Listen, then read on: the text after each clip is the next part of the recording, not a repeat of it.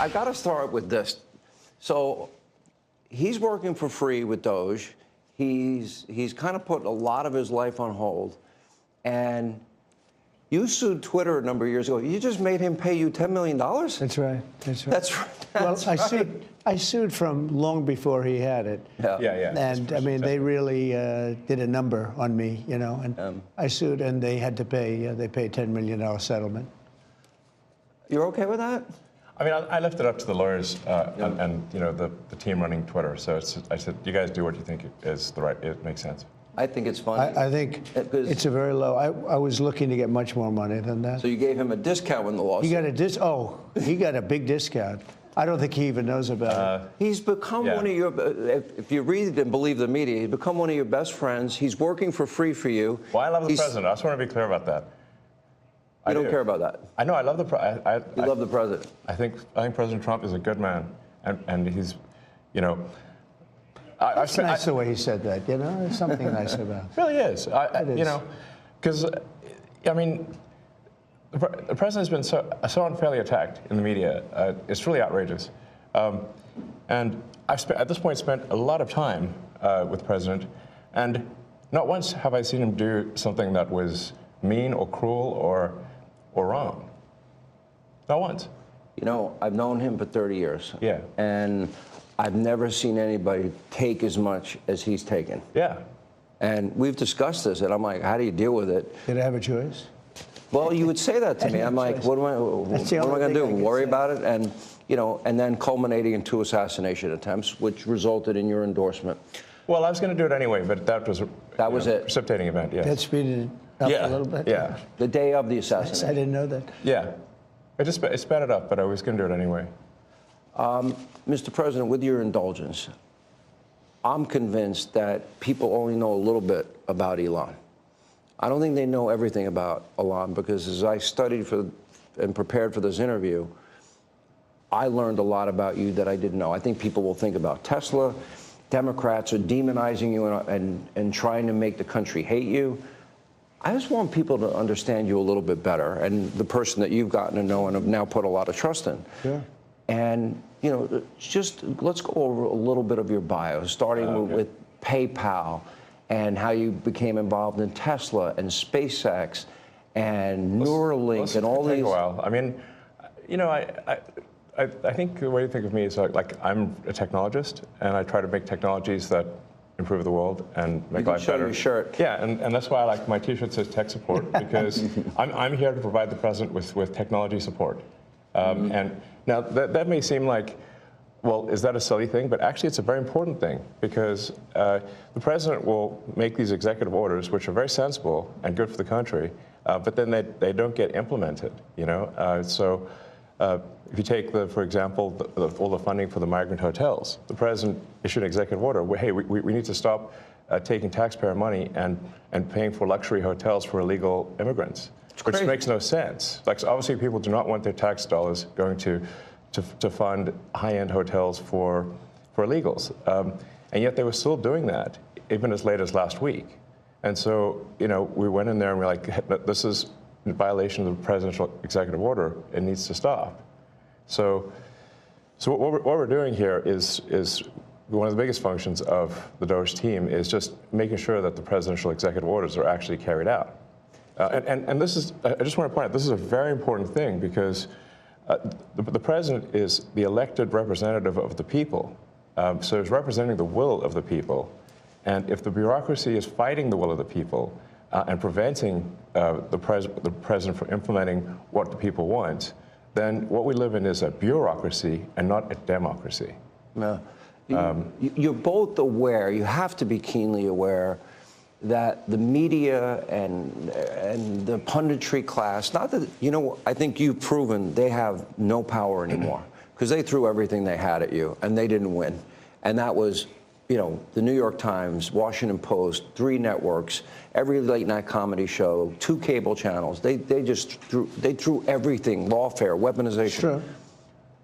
And now I see they want you two to start, they want a divorce. They want you two to start hating each other.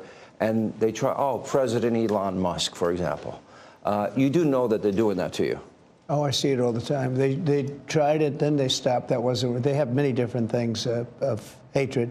Actually, Elon called me. He said, "You know, they're trying to drive us apart." I said, "Absolutely." You know, they said, "We have breaking news. Donald Trump has ceded control of the presidency to Elon Musk. President Musk will be attending a cabinet meeting tonight at 8 o'clock." And I say, It's just so obvious. They're so bad at it. I used to think they were good at it. They're actually bad at it, because if they were good at it, I'd never be president. Because I think nobody in history has ever gotten more bad publicity than me. I could do the greatest things. I get 98% bad publicity. I could do, outside of you and a few of your very good friends, it's like the craziest thing. But you know what I have learned, Elon? The people are smart. They get it. Yeah, they do, actually. They get it. They really see what's happening. Yes. And at the end of this interview, what I would like is I want people to know the relationship and know more about you. What is the relationship, Mr. President? Well, I respect him. I've always respected him. I never knew that he was right on certain things, and I'm usually pretty good at this stuff. He did Starlink. He did things that were so advanced and nobody knew what the hell they were. I can tell you in North Carolina, they had no communication. They were wiped out. Those people were, you know, they had rivers in between. Land that never saw water, all of a sudden it was a river and a vicious, like rapids. People were dying all over. They had no communication. They said, "You know Elon Musk?" They didn't really know I knew him. I said, "Yeah." He said, "Could you get Starlink?" It's like the first time I ever heard of it. I said, "What's Starlink?" "A communication system that's unbelievable." I have it. Yeah, and he said, I called him and I said, "Listen, they really need it." And he got like thousands of units of this communication, and it saved a lot of lives. He got it immediately, and you can't get it. I mean, you have to wait a long time to get it. But he got it to him immediately, and I said, "That's pretty amazing," and I didn't even know he had it. We watched the rocket ships, and we watch Tesla. I think, you know, something that had an effect on me was when I saw the rocket ship come back and get grabbed, like you grab a beautiful little baby. You grab your baby. It just hug the rocket. I've never seen. Right, everyone needs a hug, including rockets. No, but and he said, you know, you can't really have a rocket program if you're going to dump $1 billion into the ocean every time you fly. You have to save it. Right. And he saved it. First time that I've ever seen that done. And nobody else can do it. If you look at the U.S., Russia, or China, they can't do it, and they won't be able to do it for a long time. He has the technology. So you learn. I wanted somebody really smart to work with me in terms of the country, a very important aspect. Because, I mean, he doesn't talk about it. He's actually a very good businessman. And when he talks about the executive orders, and this is probably true for all presidents, you write an executive order and you think it's done. You send it out. It doesn't get done. It doesn't get implemented. They don't implement it. Maybe they're from the last administration, and they are in some cases. You try and get them out as fast as you can. But as soon as he said that, I said, you know, that's interesting. You write a beautiful executive, and you sign it, and you assume it's going to be done, but it's not. What he does is he takes it, and with his 100 geniuses, he's got some very brilliant young people working for him that dress much worse than him, actually. Yeah, they dress in just T-shirts. You wouldn't know they have 180 IQ. Wait a minute. So he's your tech support. No, he is. I actually but literally he's am much tech more support. than that. I literally am tech support, though. But he gets it done. He's a leader. Yeah. He really is. He gets it done. You get a lot of tech people, and you have people that are good with tech, but he gets it done. You know, I said in real estate, you had guys that would draw beautiful renderings of a building, and they'd draw the rendering, and it would be great, and you say, great, when are you starting? But they were never able to get it built. They couldn't get the financing. They couldn't get the approvals. It would never get done. And then you have other guys that are able to get it done. You know, they could just get it done. I was in real estate. Same thing in this. He gets it done. So when he said that, he said, you know, when you sign these executive orders, a lot of them don't get done, and maybe the most important ones. And he would take that executive order that I'd sign, and he would have those people go to whatever agency it was.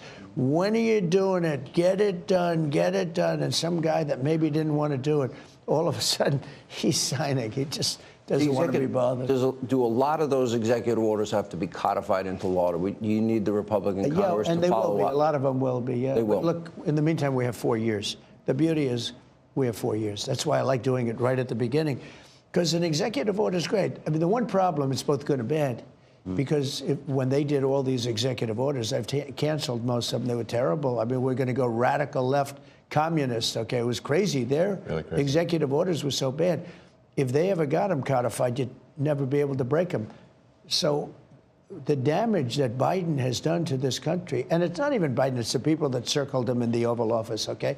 But the damage they did to this country, in terms of, let's say, open borders, you know, there's so many things, but open borders where millions of people poured into our country, and hundreds of thousands of those people are criminals. They're murderers, they're drug dealers, they're gang members, they're people from prisons from all over the world.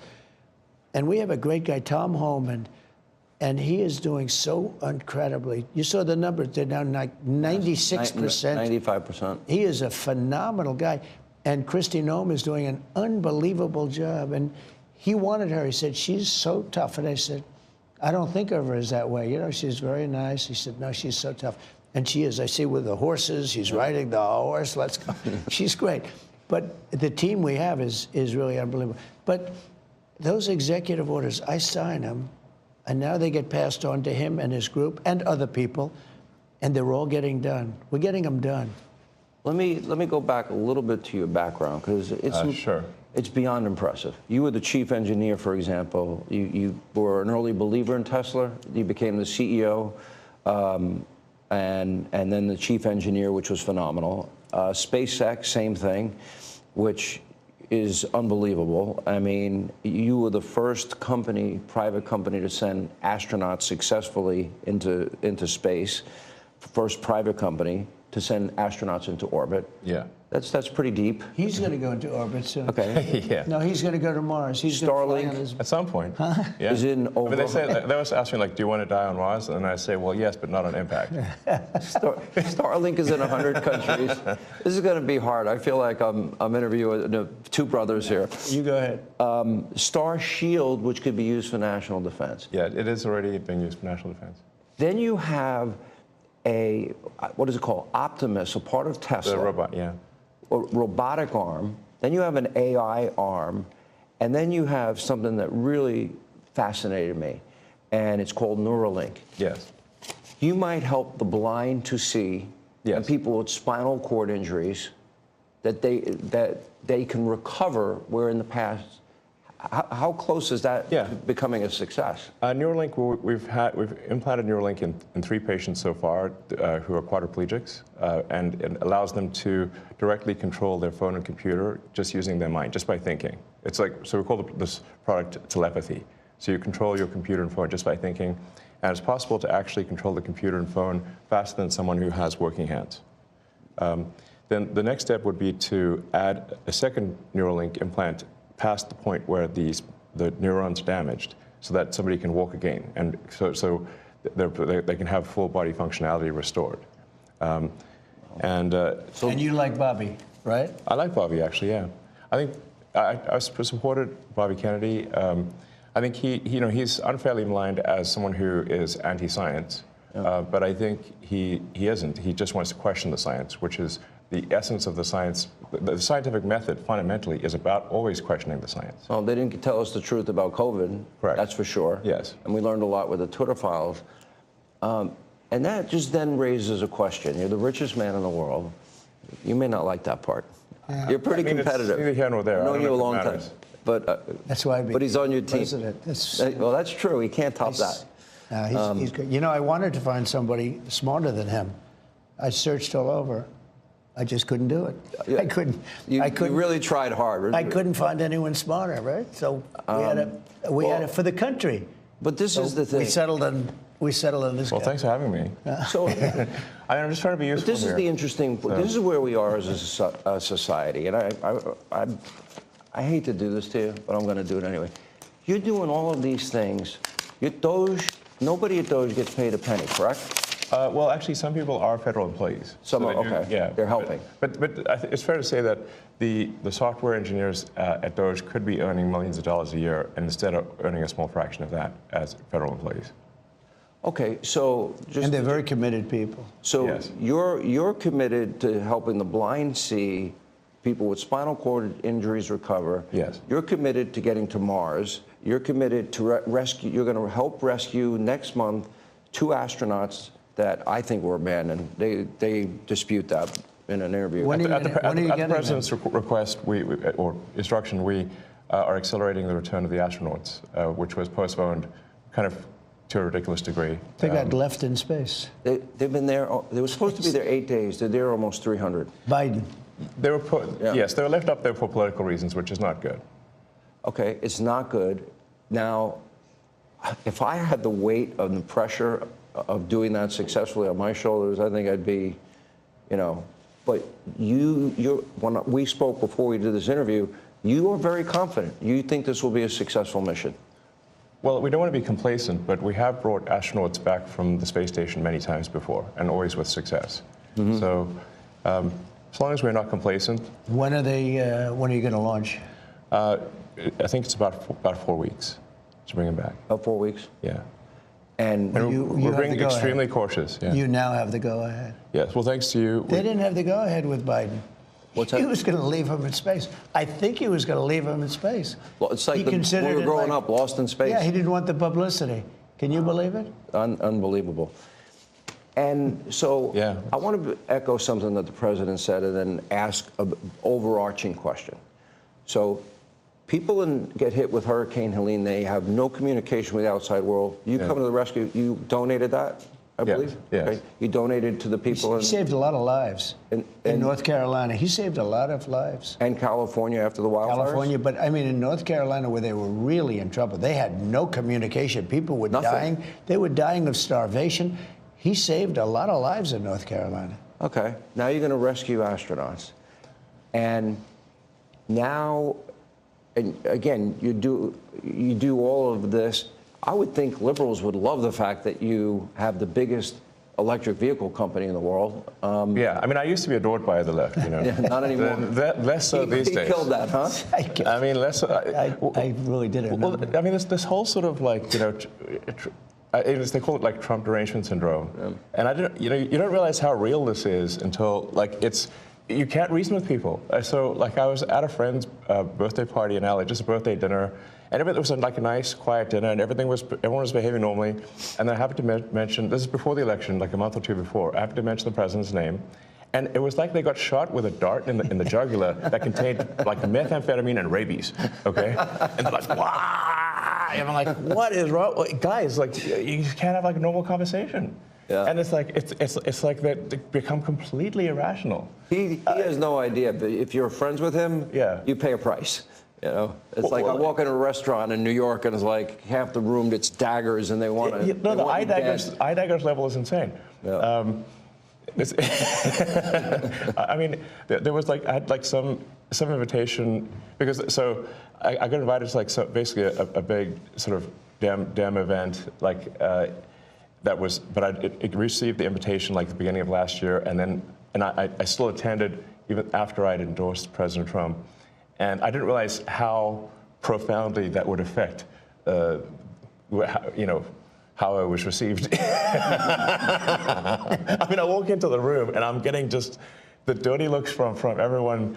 Like, if looks could kill, I would have been dead several times over. But that was not before Trump. Like, ashes on the floor. Before Trump, that never happened, right? No.